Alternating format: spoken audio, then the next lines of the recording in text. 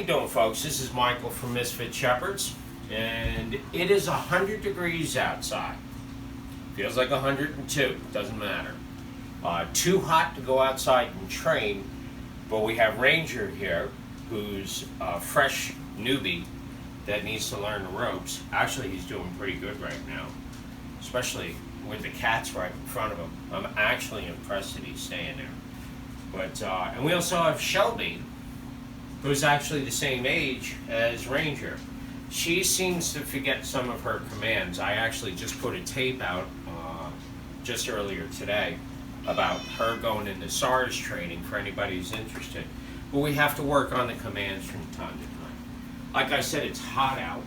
Normally we'd be outside doing some kind of treat training outside, but too hot for that. But we have to train. We have to do it. So we're inside. We're actually in the kitchen. I've given them a pleasant place to lay down, and this really is a stay without being tied down. That's all this is. She's doing pretty good, but getting her there has been a fight over the last couple times, so we're going to work with her too. We're pairing them up. In a sense, encourages them to work together. We're also dividing them to conquer the issues. So it's kind of a balance. But so far, he's doing pretty good. So I'm going to give him a little bit of room. I'm going to see if Ranger's going to get back up again.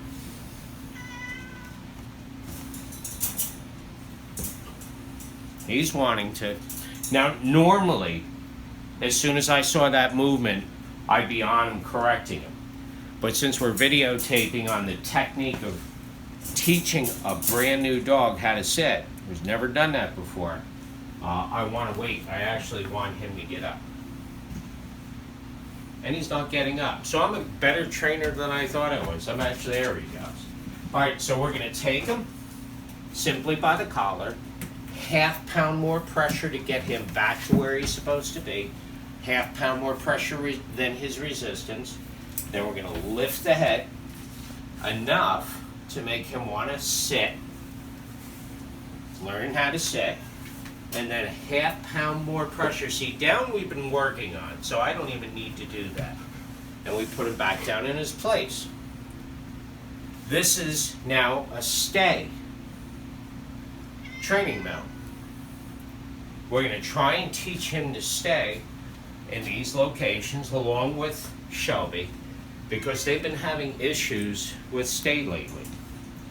Now, this time if he moves at all, I'm going to correct it immediately.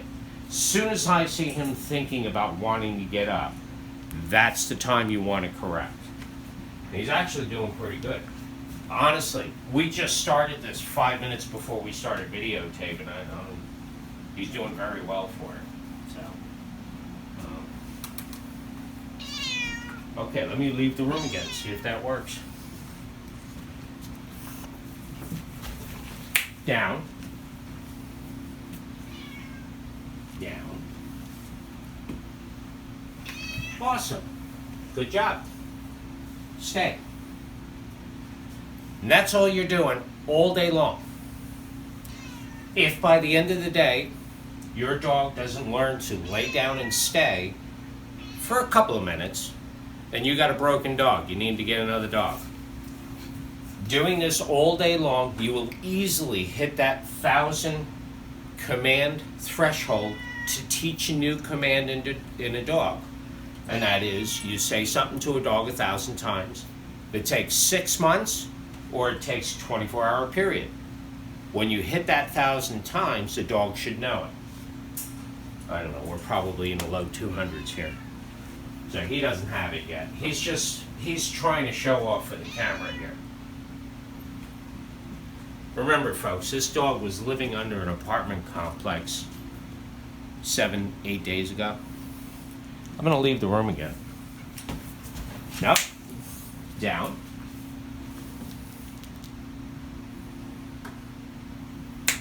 Down. I've said it twice. Third time, half-pound more pressure, put him down. Now, the first time you say it should be a speech or a communication. The second time you say it, it should be more of a command. And the third time, you say it and do it. Every dog in this world can count to 3. You're going to do 1, they may test you. You're going to say number 2. They don't want number 3. So when they do understand it at number 2, which is the command, they will do it. If not, half pound more pressure. And again, 1,000 times. And it's low 250s or so. Look at this. He's getting it. I am totally out of his view. He can hear my voice, but I am totally out of his view. And now there's a cat under there, and there's a little dog right there, enticing him. And the room is filled with dogs. And this one in his crate. Yeah. So there's a lot of distraction here. They're not doing anything, but there is a lot of distraction. That's pretty good. That's pretty good. If you're yelling at a dog, they're not listening. You're not communicating with a dog if you're yelling at a dog. And if you get to the point where you get so upset during an exercise that you're raising your voice, then you really need to stop. You really need to end it right there and then. Frustration is your worst enemy. This is how you do it with a soft hand. And it works every time. Michael from Misfit Shepherds. This is how we do it.